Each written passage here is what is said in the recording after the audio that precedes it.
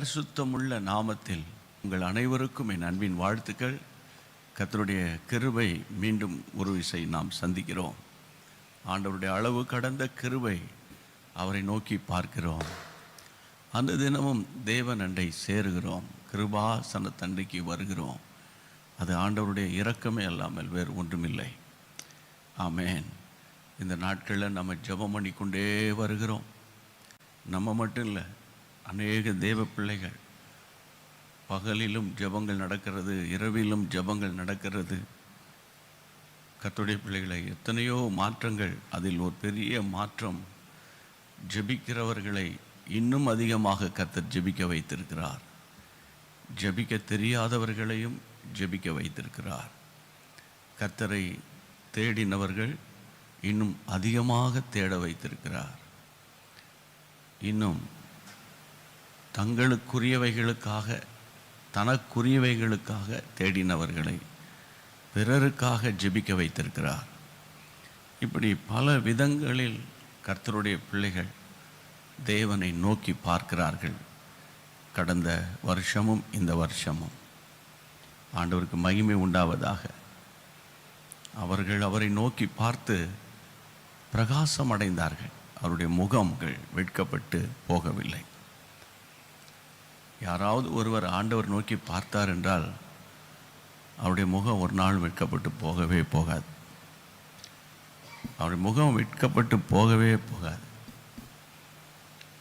நிச்சயமாகவே நான் உங்களுக்கு சொல்லுகிறேன், கர்த்தருடைய பிள்ளைகள், என் ஜனங்கள் ஒருபோது வெட்கப்பட்டு போவது இல்லை என்று சொன்ன ஆண்டவர் ஒரு நாள் நம்மை வெட்கப்படுத்த மாட்டார்.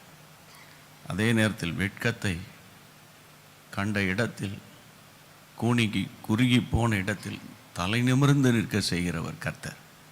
அதனால் அனுதினமும் நீங்கள் தேடி வர்றீங்களே ஆண்டவரை, நீங்கள் உண்மையிலேயே ஆசீர்வதிக்கப்பட்டவர்கள். அடிக்கடி நான் உங்களிடத்தில் அதான் சொல்லுவேன், இந்த கடினமான பாதையின் வழியாக நம்ம போனாலும் இதன் மத்தியில் நம்ம மற்றவங்களுக்கு சிலருக்காவது ஒரு பிரயோஜனமாக இருக்கணும். நீங்கள் சிலருக்காவது பிரயோஜனமாக இருக்கணும். அந்த காலத்தில் தான் வீட்டை விட்டு இறங்கி போய் ஒரு கிராமத்தை, ஒரு வீட்டை சந்தித்து உட்கார்ந்து அவங்களோட ஜெபம் பண்ணி பேசி ஆண்டவர் பற்றி சொல்லணும். ஆனால் இந்த நவீன காலத்தில் வீட்டுக்குள்ளே உட்கார்ந்து கொண்டே ஒரு நொடி பொழுதில் ஏதாவது ஒரு செய்தி, ஏதாவது ஒரு வசனத்தை நீங்கள் ஒரு உங்களுக்குரியவர்களுக்கு யாருக்காவது அதை நீங்கள் ஃபார்வர்ட் பண்ணிங்கன்னா அந்த வசனம் அவங்கள உயிர்ப்பிக்கிறது. கர்த்தருக்கு ஸ்தோத்திரம். ஆண்டவருக்கு மகிமை உண்டாகட்டும். இந்த நாட்களில் விசேஷமாக நம்ம ஆண்டவர்கிட்ட கேட்டுட்டு வரோம், 10,000 ஜெப வீரர்களை தாரும். பொதுவாக நான் கண்ட அளவில், பொதுவாக நம்ம எல்லாரும் ஒரு இடத்துல கூடி வரோன்னா அதில் 90% மேற்பட்டது எனக்காக, என் வீட்டுக்காக, என் பொருளாதாரம், என் வியாபாரம், எங்கள் குடும்பம், அதுக்கு ஆண்டவருடைய ஆசீர்வாதம் வேணும். அப்படி வந்தவங்க தான் 90%, ஏன் 95 கூட சொல்லலாம். ஆனால் அந்த 5% தான் ஆண்டவரோடு கூட சேர்ந்து ஜெபிக்கணும். அவருடைய இருதய துடிப்பை புரிஞ்சுக்கிட்டு ஜெபிக்கணும். அப்புறம் அவர் என்ன சொல்லுகிறாரோ அதை கேட்கணும். அவர் என்ன சொல்லுகிறாரோ அதன்படி செய்யணும். அப்புறம் நான் கண்ட இயேசுவை பிறர் காணணும். எனக்கு கிடைச்ச ஒரு விடுதலையை இந்த கடினமான கஷ்டமான நாட்கள்லையும் நமக்கு ஒரு நம்பிக்கை இருக்குல்ல, உங்களுக்கு ஒரு நம்பிக்கை இருக்குல்ல, அந்த நம்பிக்கை உங்கள் ஊரில் இருக்கிறவங்களுக்கு, உங்கள் தெருவில் இருக்கிறவங்க, ஏன் உங்கள் வீட்டில் இருக்கிறவங்களுக்கு இருக்கா? அப்போது இது இப்படிப்பட்ட ஒரு பாரத்தோடு ஆண்டவரை நாடி வர கூட்டம் ஒரு 5% தான் இருக்கும் நான் நம்புகிறேன். என்னை விட ஒரு மூத்த போதகர் சொன்னார், 98% வந்து எனக்காக, என் குடும்பத்துக்காக, எனக்கு என்ன ஒரு வாக்குத்தத்தம் கிடைக்கும். அப்படி தான் நான் என்ன சொல்கிறேன்னா, அந்த மனநிலைமை மாறணும். ஒரு காலத்தில் அப்படியே இருந்துட்டோம், எனக்கு என் குடும்பம், எனக்கு இன்னைக்கு கிடைக்கும், இன்றைக்கி என்ன ஒரு வார்த்தை வரும், அது தப்பு கிடையாது. ஆனால் பிறருடைய நலன், பிறருடைய ரட்சிப்பு, பிறருடைய வாழ்க்கையில் தேவனுடைய வல்லமை, அது எப்போ வரும்? அதுதான் ரொம்ப ரொம்ப முக்கியம் நமக்கு. ஆகவே ஆண்டவர்கிட்ட ஒரு 10,000 ஜப வீரர்களை தாரும் என்று நம்ம ஜெபிக்கணும். ஒரு நிமிஷம் ஜெபம் பண்ணணும், கையை உயர்த்தி ஒரு நிமிஷம். ஆண்டவரே, எந்த பிரதிபலனும் இல்லாமல் ஆண்டவரே உம்முடைய சமூகத்தில் போராடி ஜெபிக்கிற ஆண்டவரே, எந்த பிரதிபலனும் இல்லாமல் ஆண்டவர் எந்த சமயத்திலும், அப்படி தான் பைபிளில் சொல்லுது. அந்த வசனத்தை எடுத்து காட்டுறேன், அப்புறம் ஜெபம் பண்ணலாம். ஆமென். எபேசியருக்கு எழுதின நிருபத்தில் அந்த வார்த்தை இருக்கிறது. 6ஆம் அதிகாரம் 18ஆம் வசனம். எந்த சமயத்திலும், ஒன்று பாருங்க, எந்த சமயத்திலும். இதில் என்ன புரிஞ்சுக்கணும்? எதை சொன்னாலும் டீட்டெயிலாக சொல்லணும்னு என்னுடைய இருதயம் சொல்லும். எந்த சமயத்தில்னா, சாட்டர்டே சாயந்தரம்னா பரவாயில்ல, சண்டேனா ரொம்ப ரொம்ப நல்ல வசதி, சண்டே ஈவினிங்னா கூட பரவாயில்ல. ஆனால் அந்த மண்டே டு ஃப்ரைடே விட்ருங்க எங்களை. நாங்கள் ரொம்ப பிஸியாக இருக்கோம். ஒன்று நீங்கள் புரிஞ்சுக்கணும், வார வாரம் மண்டே வா, வார வாரம் டியூஸ்டே வான்னு சொல்லலை. அதாவது இதில் தான் ஆண்டவர் நம்மளை கணக்கு போடுவார். அப்போ எந்த சமயத்திலும் ஆண்டவர் சொல்கிறார், எந்த சமயத்திலும். அப்புறம் சகல விதமான வேண்டுதலோடும் விண்ணப்பத்தோடும் ஆவியினாலே ஜெபம் பண்ணி அதன் பொருட்டு மிகுந்த மன உறுதியோடும் சகல பரிசுத்தவான்களுக்காக பண்ணும் வேண்டுதலோடும் விழித்துக் கொண்டே இருங்கள். ஆண்டவர் சொல்றார், விழித்துக் கொண்டே இருங்கள் கர்த்தருடைய பிள்ளைகளை. அப்போ இதுதான் எந்த பிரதிபலனும் பார்க்காத ஜெப வீரர்கள். இதுக்கு இந்த வசனம் அதுக்கு ஒரு எக்ஸ்பிளனேஷன் கொடுக்குது. எந்த பிரதிபலனும் பார்க்காம. அப்போ கர்த்தருடைய நாமத்தினால கரங்களை உயர்த்தி, ஆண்டவரே, ஒரு 10,000 ஜெப வீரர்களை எழுப்பித்தாரும். நமக்கு சொல்கிறது குறைவு தான், ஆனாலும் ரொம்ப ஓவர் க்ரௌட் வந்துட்டாலும் அது சில நேரத்தில் ஒர்க் அவுட் ஆகாது. ஆமாம் ஆண்டவரே, 10,000 ஜெப வீரர்களை தாரும், 10,000 ஜெப வீரர்களை தாரும். என்னை அந்த கூட்டத்தில் இணைத்து விடும். ஆமென். என்னை அந்த கூட்டத்தில் இணைத்து விடும். ஸ்தோத்திரம் ஆண்டவரே, ஸ்தோத்திரம் ஆண்டவரே. 10,000 ஜெப வீரர்கள் என்னையும் ஒரு ஜெப வீராங்கனையாக, என்னையும் ஜெபிக்கிற ஒரு ஆளாக அந்த டீமில் என்னை இணைத்து விடும் ஆண்டவரே. ரீஹாமா ஹாதுரிலுகோ ஷாந்தாரா. ஆமாப்பா, குடும்ப வேலை செய்தாலும், குடும்ப பொறுப்புகளில் இருந்தாலும், பெரிய பதவிகளில் இருந்தாலும், உலகத்தில் வேலைகளில் இருந்தாலும், வியாபாரத்தில் இருந்தாலும், ஆண்டவரே, என்னையே நான் முதல்ல ஹானர் பண்ணுறேன், என்னையே நான் மதிக்கிறேன். நான் ஒரு ஜெப வீரன், நான் ஒரு ஜெப வீராங்கனை. எவ்வளோ பிஸியாக இருந்தாலும் அதை கொஞ்சம் ஒதுக்கி வச்சுட்டு அந்த ஒரு 2 மணி நேரம், அந்த 1 மணி நேரம் நான் ஜெபிக்க ஆயத்தம். ஸ்தோத்திரம் ஆண்டவரே. 10,000 ஜெப வீரர்களுக்காக ஸ்தோத்திரம், 10,000 ஜெப வீரர்களுக்காக ஸ்தோத்திரம், ஸ்தோத்திரம், ஸ்தோத்திரம் ஆண்டவரே. கர்த்தருக்கு ஸ்தோத்திரம். இந்த ஜெபத்தை கர்த்தர் கேட்டு ஆண்டவர் அப்படி உருவாக்க போகிற தயவுக்காக, ஆமேன். கரம் உயர்த்தி நன்றியோடு ஸ்தோத்திரம் பண்ணுங்க. ஆமேன், ஆமேன். கர்த்தர் ஜெபத்தை கேட்டார். நன்றி சொல்லி ஒரு பாட்டு பாடுங்க. ஜெயம் கொடுக்கும் தேவனுக்கு கோடி கோடி ஸ்தோத்திரம், வாழ்வளிக்கும் இயேசு ராஜாவுக்கு வாழ்நாளெல்லாம் ஸ்தோத்திரம். ஆமென்.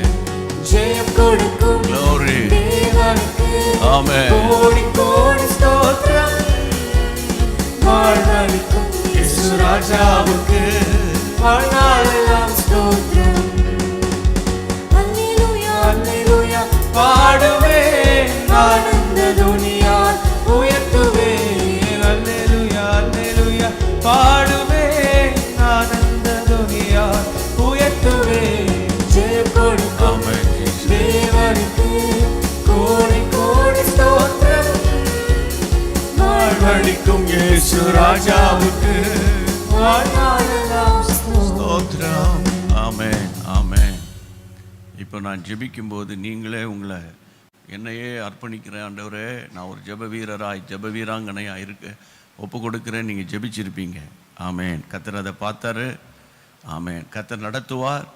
ஆமேன். அதுக்குரிய நேரம் வரும்போது உங்களோடு கூட நான் அதை பற்றி பேசுவேன். நாம் இணைந்து ஜெபிக்க போகிறோம். எந்த தேசத்தில் இருந்தாலும் நம்ம கனெக்ட் பண்ணலாம், பிரச்சனை இல்லை. ஆமாம், எந்த ஊரில் இருந்தாலும் கனெக்ட் பண்ணலாம். ஆண்டவருக்கு மகிமை உண்டாகட்டும். கர்த்தருடைய பிள்ளைகளை, மீண்டும் இந்த மாலையில் உங்களை சந்திப்பது எங்களுக்கு அதிக சந்தோஷம். ஜீசஸ் மீட்ஸ் யூடியூப் ஃபேமிலிஸ், உங்களை நினைத்து நான் கர்த்தரை மகிமைப்படுத்துகிறேன். ஃபேஸ்புக்கில் இணைந்திருக்கிற நம்முடைய குடும்பங்கள், அதே போல் அனுதினமும் மாலையில் சில டெலிவிஷன்கள் மூலமாய், டிவி ஊழியங்களின் மூலமாய் எங்களோடு இணைந்திருக்கிற உங்கள் எல்லாருக்காக ஆண்டவருக்கு ஸ்தோத்திரம். பிரியமானவர்களே, இந்த நாட்கள் கடைசி காலம். இன்றைக்கி சாயந்தரத்திலிருந்து ஒரு வசனம் எனக்கு திரும்ப திரும்ப என் கண்ணில் பட்டுக்கிட்டு, அந்த வசனம் உங்களுக்கு அதை பற்றி ஒரு 2 நிமிஷம், அது எனக்கு பிரசங்கம் கிடையாது, அதை பற்றி முதலாவது ஒரு 2 நிமிஷம் பேசணும் போல இருக்கு. எபிரேயர் 5ஆம் அதிகாரம் 12ஆம் வசனம், ஹீப்ரூ சாப்டர் 5 verse 12. காலத்தை பார்த்தால் போதகராயிருக்க வேண்டிய உங்களுக்கு தேவனுடைய வாக்கியங்களின் மூல உபதேசங்களை மறுபடியும் உபதேசிக்க வேண்டியதா இருக்கிறது. நீங்கள் பலமான ஆகாரத்தை அல்ல பாலை உண்ணத்தக்கவரானீர்கள். அடுத்த வசனம், பால் உண்கிறவன் உண்கிறவர்கள் குழந்தைகளாக இருக்கிறபடினால நீதியின் வசனத்தில் பழக்கம் இல்லாதவனாய் இருக்கிறார். நீதியின் வசனத்தில் அப்படிப்பட்ட ஆட்களுக்கு பழக்கம் இல்லாதவனாய் இருக்கிறாங்க. எவ்வளோ அழகான வார்த்தை பாருங்க. சிலர் ஜெபிக்கும் போது இந்த வசனங்களை ரொம்ப பியூட்டிஃபுல்லாக கையாண்டு அந்த வார்த்தையை வைத்து ஜெபிக்கிறத பார்க்குறேன். அதெல்லாம் சாதாரண விஷயம் கிடையாது. அவங்க அந்த வசனத்தின் மேலே அவங்களுக்கு பழக்கம், ஆனால் நீங்கள் நல்லா கவனிங்க, பால் உண்கிறவர்கள் குழந்தைகளாகவே இருக்கிறார்கள்.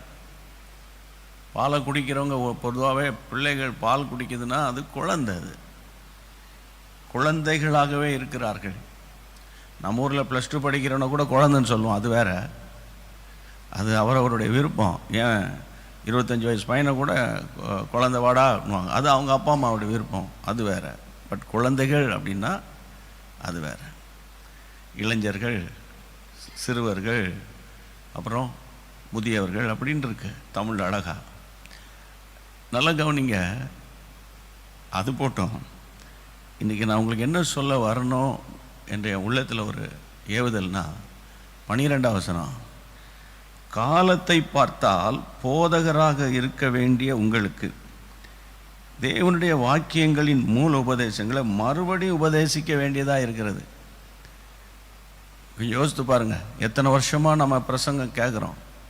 என்னையும் சேர்த்து தான் சொல்கிறேன். எத்தனை வருஷமாக கேட்குறீங்க நீங்கள் பிரசங்கம். சிலர் பிரசங்கம் கேட்குறதில் ரொம்ப இன்ட்ரெஸ்ட்டு, கேட்குறது ரொம்ப இன்ட்ரெஸ்ட்டு. என்னை பொறுத்தவரையில் இருக்கிற ஆளை நம்ம திருத்தணும்னா, அதான் இருக்கிற ஆள்னா கர்த்தருக்குள்ள, அது சபைகளுக்குள்ளே இருக்கிறவனை நம்ம திருத்தணும்னு வச்சுக்கோங்க. சர்ச்சுக்கு வெளியே இருக்கிற ஆள்கள் தன்னாலேயே மாறிடுவாங்க. கர்த்தருக்கு ஸ்தோத்திரம். இப்போ ஒரு இடத்துல, ஒரு சர்ச்சில் ஒரு இடத்துல இருக்கிறோம், ஒரு 200 பேர் இருக்காங்கன்னா 200 பேரில் ஒரு 100 பேர் மாஸ்க் போட்டிருந்தா வைங்க, மற்ற 100 பேரும் டபார்னு மாஸ்க் போடணும், பார்த்தோன்னே மாஸ்க் போடணும்னு, பார்த்தாலாவது மாஸ்க் போடணுன்ட்டு வந்துடும். இன்றைக்கி நான் உங்களை பார்த்து சொல்கிறேன், காலத்தை பார்த்தால் போதகராக இருக்க வேண்டிய நீங்கள், போதகர் அப்படின்னா என்ன அர்த்தம்? நீங்கள் கேட்ட பிரசங்கத்துக்கு, அதை நான் சாதாரணமாக பேசினேன்னா, கேட்ட பிரசங்கத்துக்கும் பார்த்த பிரசங்கியாக இருக்கும், இல்லை நீங்கள் கையாண்ட நிறையா வசனங்களுக்கும் இதுக்குள்ளே நீங்கள் ஒரு ப்ரீச்சராக மாறி இருக்கணும். ஆனால் அவர் சொல்கிறாரு, மறுபடியும் மூல உபதேசங்களை மறுபடியும் உபதேசிக்க வேண்டியதாக இருக்குது. அதனால தான் சில விஷயங்களை நான் திரும்ப உங்களுக்கு சில தாட்ஸ் அல்லது சில பிரசங்கங்களை, சில வசனங்களை திரும்ப சொல்லும்போது, அது முந்தா நேற்று சொன்னாங்க, அப்படின்னு எடுக்கக்கூடாது. அது இன்னும் அந்த மாதிரி கேட்டகரியில் ஆட்கள் இருக்குன்னு அர்த்தம். அப்போ இந்த வசனம் உங்களோடு பேசணும்னு நான் விரும்புகிறேன். காலத்தை பார்த்தால் போதகராக இருக்க வேண்டிய ஆட்கள், போதகராக இருக்க வேண்டிய ஆட்களுக்கு திரும்ப திரும்ப அந்த மூல உபதேசத்தையே நம்ம பேசிக்கிட்டே இருக்கோம். அப்படின்னா என்ன அர்த்தம்? நம்ம இன்னும் அடுத்த நெக்ஸ்ட் லெவலுக்கு போகலை. இயேசு உனக்கு நல்லதை செய்வார், இயேசு உனக்கு தருவார், அவர் உன் தேவையெல்லாம் சந்திப்பார், உன்னை ஆசீர்வதிப்பார். இதுவே நம்ம பேசிக்கிட்டு வந்துக்கிட்டு இருக்கிறோம். இது என்னை பொறுத்தவரையில் இது ஃபீடிங், அந்த ஃபீடிங் பாட்டிலில் பால் கொடுக்கறது. இது கர்த்தருடைய பிள்ளைகளை அவர் சொல்கிறாரு, நீங்கள் பால் உண்கிறவர்கள் குழந்தைகளாக இருக்கிறபடியால் நீதியின் வசனத்தில் அவங்களுக்கு பழக்கம் இல்லை. கொஞ்சம் எசேக்கியேலை திருப்பிட்டா, வெளிப்படுத்தலை திருப்பிட்டா, இன்றைக்கி கொஞ்சம் ரொம்ப டஃப்பாக இருந்துச்சுல்ல இன்றைக்கி இல்லை, கொஞ்சம் எரேமியாவை திருப்பிட்டா இன்றைக்கி சப்ஜெக்ட் ரொம்ப ட்ரையாக போகுது இல்லை, ட்ரையாலாம் போகல, பால் இல்லை, அதனால தான் ட்ரையாக போகுது. இப்போ பால் போயிட்டுருக்குது. பால்லே போயிட்டு திடீர்னு ஏதாவது பிரியாணியை கொடுத்தோன்னா அவங்களால ஜீரணிக்க முடியாது பாருங்கள். அதனால் கர்த்தருடைய நாமத்தில் சொல்கிறேன், நீங்கள் எல்லாருமே வளரணும், அடுத்த சந்ததிகளை நம்ம உருவாக்கணும். கர்த்தருக்கு ஸ்தோத்திரம். நான் பேசுகிறேன், நீங்கள் கேட்டுக்கிட்டு இருக்கு, நீங்கள் பேசணும், அதை இன்னும் 4 பேர் கேட்கணும். கர்த்தருடைய வார்த்தை பேசுகிறவர்களா மாறணும். வசனத்தில் உங்களுக்கு நல்ல பழக்கம் இருக்கணும். பழக்கம் அப்புறம் வழக்கம் ரெண்டும் சேருங்க. பழக்க வழக்கம் பைபிளில் டக்குன்னு ஒருத்தர் வாசிக்கிறாருன்னா அப்படி திருப்பின உடனே அப்படி வெளிப்படுத்தல் வருது, இப்படி திருப்பின உடனே 1 பேதுரு வருது. அந்த பைபிள் பேசும் அவங்கக்கிட்ட. பார்த்தீங்கன்னா அந்த பைபிள் வாசிக்கிறவங்கள பார்த்தா பைபிள் பேசும், அந்த பேப்பர் கூட பேசும் கரெக்டாக. சிலர் பிரசங்கமே முடிஞ்சால் கூட அந்த அந்த அந்த எபிரேயருக்கு எழுதின நிருபம், இப்போ நான் சொன்ன 5ஆம் அதிகாரம், அது இன்னும் கூட சிலர் எடுத்துருக்க மாட்டாங்க. அதனால் கர்த்தருடைய பிள்ளைகளை கடைசி நாட்களில் நம்ம வஞ்சிக்கப்பட்டுறக்கூடாது. அந்த மேலோட்டமான பிரசங்கத்தையே நம்ம கேட்டு அது போதும், எனக்கு ஆறுதலாக இருந்துச்சு, நான் அப்படியே படுத்துக்கிறேன், நாளைக்கு இதே மாதிரி எனக்கு ஆறுதலாக பேசுங்க. ஆப்ரேஷன் எப்போ பண்ணுறது? ஆப்ரேஷன் பண்ணால் தான் உங்களுக்கு பெர்மனன்ட் ரிலீஃப் கிடைக்கும். ஆகவே கர்த்தர் இன்றைக்கு நாட்களில் சீரியாவியை குறித்து பேசி கொண்டு வருகிறார். ஆண்டவருக்கு மகிமை உண்டாகட்டும். ஏற்கனவே கர்த்தருடைய பிள்ளைகளை ஞாயிற்றுக்கிழமையிலேருந்து ஆண்டவர் பேசி கொண்டு வருகிறார். ஞாயிற்றுக்கிழமை கர்த்தருடைய பெரிதான கிருபை, நான் நேற்று என் மனைவி கொடுத்த செய்தி, கர்த்தருடைய கிருபையினால் இன்றைக்கி நான் நிற்கிறேன்.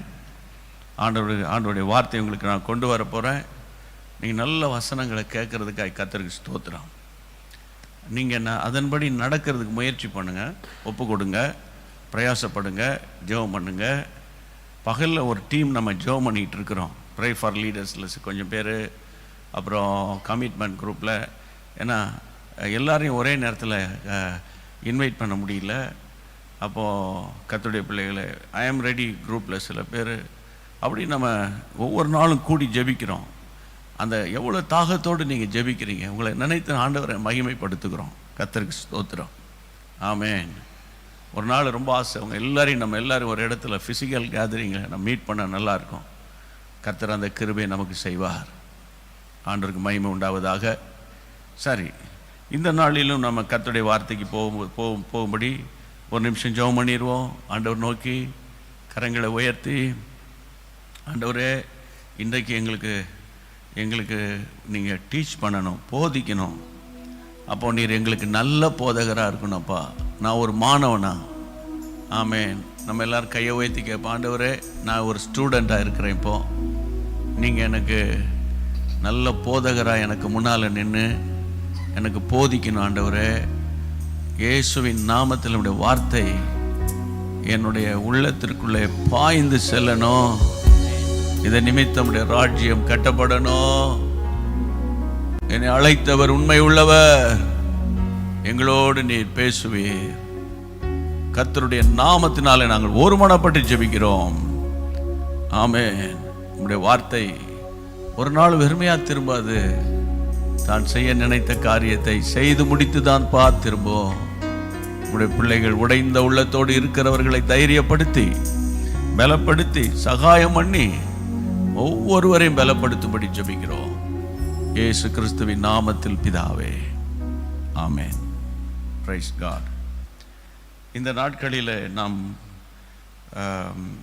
ஒரு பொல்லாத பிசாசின் கிரியையை வேதாகமத்தில் பழைய ஏற்பாட்டு காலங்களில் சபைகளுக்குள்ளே விசுவாசிகளுக்குள்ளே கிரியை செய்த பொல்லாத சத்துருவின் ஆவிகளை குறித்து நம்ம அடையாளம் கண்டுபிடிச்சு ஜெபம் பண்ணிட்டு வரோம்.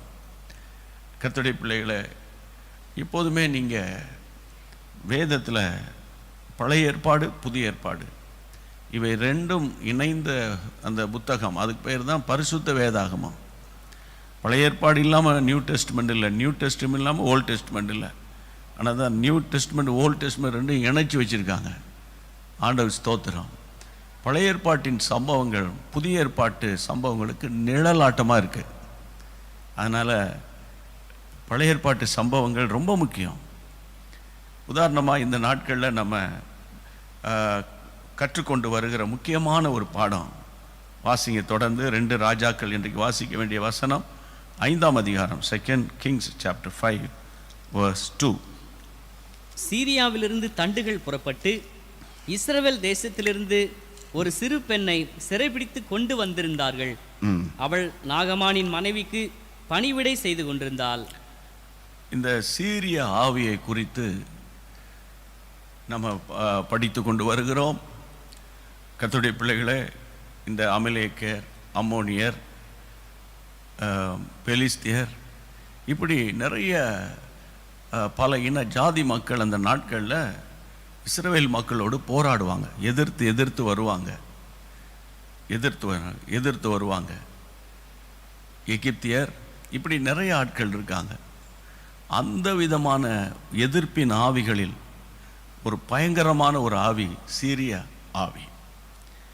இங்கே வாசித்த வசனம், சீரிய ராஜாவின் படைத்தலைவன், அவன் பேர் நாகமான். தன் ஆண்டவனிடத்தில் பெரிய மனுஷன், எண்ணிக்கை உள்ளவனுமாயிருந்தான்.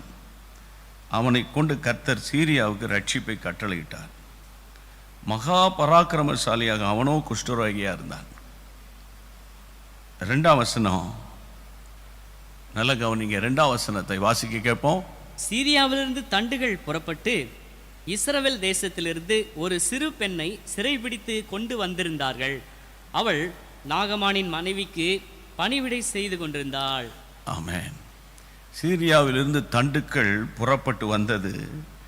இஸ்ரவேல் தேசத்திலிருந்து ஒரு சிறு பெண்ணை சிறைப்பிடித்து கொண்டு போனார்கள். இந்த சீரிய ஆவிகளை குறித்து நேற்று நீங்கள் நிறைய காரியம் கற்றுக்கொண்டீங்க. இன்றைக்கு நம்ம கற்றுக்கொள்ள போகிற, அதாவது பார்ட் 3, இன்றைக்கு 3வது பாகம்.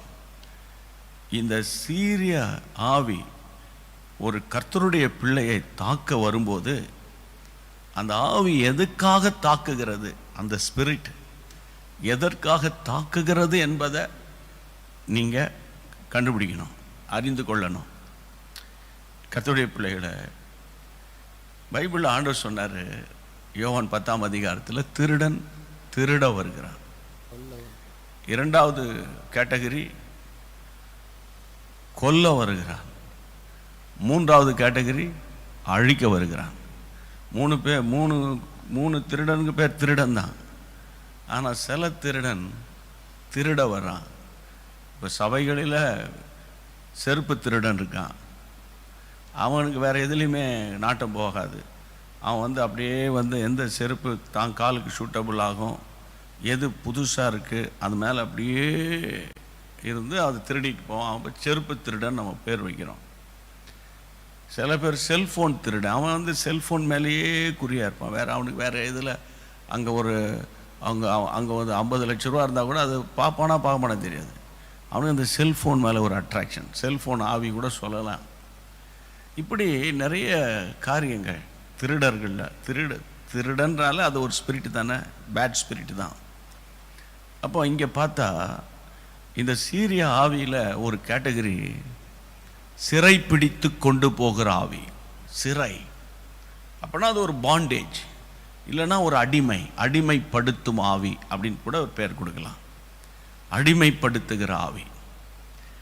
கர்த்தருடைய பிள்ளைகளை, இன்னைக்கு சீரியா அந்த ஆட்கள் எங்கே இருக்கான் அது நீங்கள் ஆராய்ச்சி பண்ண வேண்டிய அவசியம் கிடையாது. அந்த ஸ்பிரிட்டு இன்றைக்கும் தேவ பிள்ளைகளுக்கு விரோதமாக கிரியேட் செய்யுது. அதை மட்டும் நீங்கள் கண்டுபிடிக்கணும். அதை மட்டும் நீங்கள் அறிஞ்சிக்கிட்டிங்கன்னா ஈஸியாக நீங்கள் ஜெயமுள்ள கிறிஸ்தவனாக மாறலாம். ஜெயமுள்ளவன் எவனோ, ஜெயம் கொண்டவன் எவனோ அவனுக்கு தான் கிரீடம் இல்லை. அதனால் அதை மறந்துடக்கூடாது. கர்த்தருடைய பிள்ளைகளை, இது ஒரு அடிமைப்படுத்தி கொண்டு போய் அந்த சிறு பெண்ணை நாகமான் வீட்டில் ஒரு வேலைக்காரியாக வச்சுட்டான். இஸ்ரவேல் தேசத்தில் உல்லாசமாய் சுதந்திரமாய் இருந்த அந்த சிறு பெண் இப்பொழுது சீரியா தேசத்தில் போய் ஒரு அடிமை பெண் ஆயிட்டான். இந்த அடிமைத்தனத்தின் ஆவி நல்லா கவனிக்கணும். இதில் 2 வகை உண்டு. இப்போ நான் உங்களை பார்த்து சொல்கிறேன், நீங்கள் அடிமைத்தனத்தில் இருக்கீங்களா? நான் இல்லை, அடிமைத்தனத்தில். நீங்கள் என்ன பார்த்து நீங்கள் அடிமைத்தனத்தில், நான் சுவாதீனமாக இருக்கிறேன் அப்படின்னு நான் சொல்லுவேன். ஆனால் இந்த அடிமைத்தனத்தில் அல்லது சிறை பிடிக்கப்பட்டு போன காரியத்தில் there are 2 types இருக்குது. 2 வகை இருக்குது. ஒன்று அந்தரங்க அடிமைத்தனம், இன்னொன்று வெளியரங்கமான அடிமைத்தனம். நான் ஏன் இவ்வளோ டீட்டெயிலாக நிதானமாக பேசுகிறேன்னா, இந்த சப்ஜெக்டை நீங்கள் முதல்ல படிக்கணும். ஒன்று அந்தரங்க அடிமைத்தனம். அவங்க நல்ல என்ன கேட்டால் ஜோமோட பண்ணுவாங்க. எத்தனையோ முறை ஒப்பு கொடுக்குறேன், விழுந்து போகிறேன், ஒப்பு கொடுக்குறேன், விழுந்து போகிறேன், ஒப்பு கொடுக்குறேன், விழுந்து போகிறேன். இந்த ஆத்தும பிணைப்பை பற்றி ஆண்டவர் பேசும்போது உங்கள் உள்ளத்தில் கர்த்தர் பேசினார் அல்லவா, தேவையற்ற உறவுகளை துண்டிச்சிருங்க. துண்டிக்கிறதுக்கு எனக்கு ஒரு அக்கினி என் மேலே விழட்டுன்னு சொல்லுங்க. தேவையில்லாத ராங் கனெக்ஷன், ஆமென், அந்த சீக்ரெட் கனெக்ஷன் இயேசுவின் நாமத்தினால துண்டிக்கப்படணும் ஆண்டவரே. ஜெயமுள்ள ஒரு வாழ்க்கை வாழணும் ஆண்டவரே. உண்மை உள்ள ஒரு வாழ்க்கை, பண விஷயத்துல உண்மை உள்ளவனா இருக்கணும் ஆண்டவரே. ஆண்டவரே, ஆண்டவர் உமக்கு கொடுக்கிற விஷயத்துல உண்மை உள்ளவனா இருக்கணும் ஆண்டவரே. எடுத்த பொறுத்தனையில டிசிஷன்ல நான் பின்வாங்க கூடாது ஆண்டவரே. ஒப்பு கொடுங்க ஆண்டவருக்கு, ஒப்பு கொடுத்துருங்க, ஒப்பு கொடுத்துருங்க, ஒப்பு கொடுத்துருங்க. சீரிய ஆவி, ஆமென், கர்த்தர் நீ கண்ணை திறந்து விட்டுருக்காரு பாருங்க. ஆமென், இனியும் நீங்க இருக்க வேண்டிய அவசியம் கிடையாது. ஆமென், கர்த்தருக்கு பிரியமானவர்கள் பாபிலோனில் இருந்தாலும் தேவ சித்தம் செய்வார்களே. நீங்க எங்க இருக்கிறீங்க பரவாயில்ல, அந்நிய தேசத்தில் இருக்கீங்களா, அங்கேயும் தேவ சித்தம் செய்ய முடியுமே. ஆமென், glory. சரீரம் அன்பரை உமக்கென்றும் தந்தே, ஆலயமாகிய இப்போ ஆசீர்வதித்தருளோ. Thank you Lord. சரீரம் அன்பரை உமக்கென்றும் தந்தே. Thank you Jesus. ஆலயமாகிய இப்போ ஆசீர்வதித்தருளும். கைகளை உயர்த்தி சொல்லுவோமா? Kalvari. Thank you Holy Spirit of God. Amen, amen. ஓடி வந்து கல்வாரின் அன்பினையே கண்டு பிறையின் ஓடி வந்து திருரத்தத்தாலே. ஆண்டவரே, என் பிள்ளைகளை கழுவுங்கப்பா, என் கணவனை கழுவுங்கப்பா, என் மனைவியை கழுவுங்க, என் சகோதரர்களை கழுவி இரத்தத்தாலே கழுவி சுத்திகரிங்க. எங்கள் பட்டணத்தை கழுவுங்க, எங்கள் திருச்சபைகளை கழுவி சுத்திகரிங்க. ஆமாண்டவரே, ஆமாண்டவரே, இருதயத்தை. எல்லாரும் வலது கரத்தை உயர்த்தி, தகப்பனே, இந்த சாயந்தர நேரத்தில் எங்க மேல எவ்வளவு அன்பு வைத்து உங்களுடைய வருகையில் நாங்கள் காணப்படணும், பரலோக ராஜ்யத்தில் எங்களுக்கு ஒரு இடம் வேணும் என்று எங்க மேல அன்பு வைத்து எங்களுக்கு சொல்லிக் கொடுக்கிற நல்ல பாடங்களுக்காக, பாடத்திட்டங்களுக்காக நன்றி ஆண்டவரே.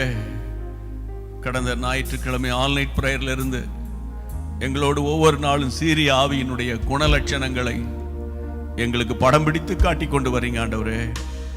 அடிமைப்படுத்துகிற ஆவி, சிறைப்பிடிக்கிற ஆவி, அதில் அந்தரங்க அடிமை, வெளியரங்கமான அடிமைத்தனம்னு எங்களுக்கு அழகா நீங்க விவரிச்சு பேசுனீங்களே, வேத விளக்கங்களை கொடுத்தீங்களப்பா. ஆண்டவரே உமக்கு ஸ்தோத்திரம். தகப்பனே, உம்முடைய ஊழியக்காரனாக நான் நின்று உம்முடைய ஜனத்துக்கு உமக்கு நடுவாக நின்று என் தேசத்துக்காக நான் ஜெபிக்கிறேன் அப்பா. எங்க தேசத்தின் மக்களுக்காக ஜெபிக்கிறோம். ஒரு விசை இரக்கம் பாராட்டி கிருபாசன தண்டையில் தைரியமா வந்துட்டாங்க ஆண்டவரே. உம்முடைய பிள்ளைகள் பழவைகள் எல்லாம் ஒளிந்து போயின, எல்லாம் புதிதாயின என்று ஒரு கூட்டம் மக்கள் இன்னைக்கு ரட்சிக்கப்படட்டும் ஆண்டவரே. ஒரு கூட்ட மக்கள் இன்னைக்கு ரட்சிக்கப்படட்டும் ஆண்டவரே. ரட்சிப்பு விலையேற பெற்றதப்பா. ரட்சிப்பு, ஆத்தும ரட்சிப்பு விலையேற பெற்றது ஆண்டவரே. குடியை விட்டு, வேசித்தனத்தை விட்டு, விபச்சாரத்தை விட்டு, களவு, கபடு ஆண்டவரே, முன்னுக்கு ஒரு வார்த்தை பின்னுக்கு இன்னொரு மாதிரி பேசுற குணங்களை விட்டு நம்முடைய பிள்ளைகளை வெளியே கொண்டு வாங்க ஆண்டவரே. ஆண்டவரே ஸ்தோத்திரம், ஸ்தோத்திரம். எங்கள் சபைகள் எல்லாம் கழுவுங்க, ரத்தத்தால கழுவுங்க. எங்கள் சபைகள் எல்லாம் சுத்திகரிங்க, எங்கள் தேசத்தை சுத்திகரிங்கப்பா. உம்முடைய நாமம் மகிமைப்படட்டும்பா. சீரியாவின் அடிமைத்தனத்திலிருந்து இன்னைக்கு ஏராளமான மக்கள் விடுதலை அடைஞ்சிட்டாங்களே, அதற்காக உமக்கு ஸ்தோத்திரம். அப்பிரோஜனமான ஊழியர்களப்பா, நாங்கள் உம்முடைய சித்தத்தை மட்டும், கடமையை மட்டும் செய்யறோம்ப்பா. உம்முடைய பிள்ளைகளை காத்து கொள்ளுங்கப்பா. இந்த இரவில் நல்ல அயர்ந்த நித்திரை தாங்கப்பா. காலையில் எழுப்பி ஜெபிக்க வைங்கப்பா. வேதத்தை நேசிக்க வைங்கப்பா, வாசிக்க வைங்கப்பா. சபைகள் எல்லாம் ஒருமனப்படட்டும் அப்பா. குடும்பங்கள் எல்லாம் ஒருமனப்படட்டும். அக்கா தங்கச்சி உறவுகள், குடும்ப உறவுகள் மேம்படட்டும், மேம்படட்டும். ஜெப கூட்டங்கள் குடும்பங்களிலே நடக்கட்டும். ஒருவேளை இப்போ கூடி வர முடியாத நிலைமையில ஜூம் மீட்டிங் மூலமாய் நடத்துவார்களாக.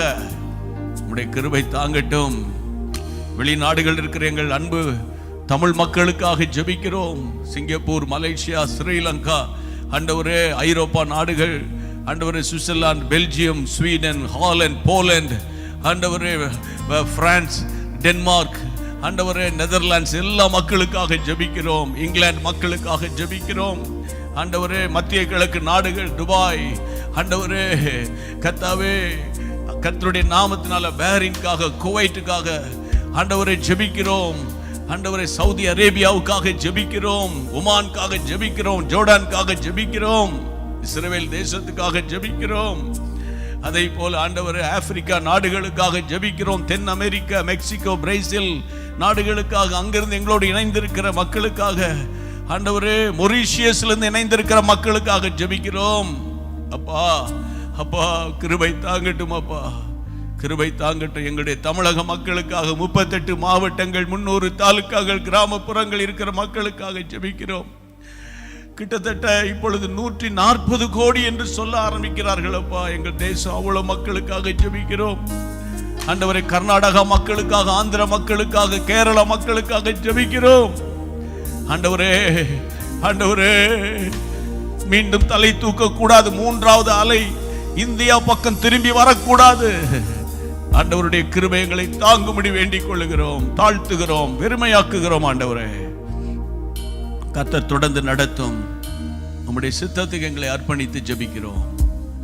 ஒவ்வொருடைய சரீரத்தில் ஒரு புது பலன் வந்ததற்காக நன்றி, தெளிவு வந்ததுக்காக நன்றி. இன்னைக்கு ஒரு பெரிய ஆண்டவரே, ஒரு சால்வேஷன், ஒரு ரட்சிப்பு இன்னைக்கு வந்ததுக்காக ஸ்தோத்திரம். ஆமென். நம்முடைய நாமம் மகிமைப்படட்டும். இயேசுவின் நாமத்தில் ஜெபிக்கிறோம் பிதாவே, ஆமென். கர்த்தருக்கு மகிமை உண்டாவதாக. பிரியமானவர்களே, இன்றைக்கு உங்களுக்குள்ள பூரணமான ஒரு ரட்சிப்பு வந்திருக்கிறது. நிறைய பேர் அழுது கண்ணீரோடு ஜெபம் பண்ணிட்டீங்க. இப்போ பாருங்க, உங்களுக்குள்ள ஒரு தைரியம் வந்திருக்கும். ஆமென். இரவிலே நல்ல ஸ்தோத்திரம் பண்ணி அப்போஸ்தலர் நடபடிகளின் புத்தகம் 14ஆம் அதிகாரம், இன்றைய வேத பாடம் ஆக்ட்ஸ் சாப்டர் 14 வாசித்து நல்ல ஸ்தோத்திரம் பண்ணுங்க. இன்றைக்கு நீங்கள் கற்றுக்கொண்ட சத்தியங்களை மட்டும் இல்லை, சாட்சிகளை, நீங்கள் பெற்ற சாட்சிகளை 7299546363 வாட்ஸ்அப்புக்கு நீங்கள் தெரியப்படுத்துங்க. உங்களுடைய ஜெப குறிப்புகளை அனுப்புங்க. சரியா? எங்களுக்காக ஜெபம் பண்ணுங்க. ரொம்ப அதிகமாக ஜெபம் பண்ணுறீங்க. Thank you, thank you. கர்த்தருக்கு ஸ்தோத்திரம். மீண்டும் நாளைக்கு சந்திக்கலாம். இணைந்து சொல்வோமா? கர்த்தருக்கு ஸ்தோத்திரம். என் ஆத்துமாவே கர்த்தரை ஸ்தோத்திரி, என் முழுவலுமே அவருடைய பரிசுத்த நாமத்தை ஸ்தோத்திரி.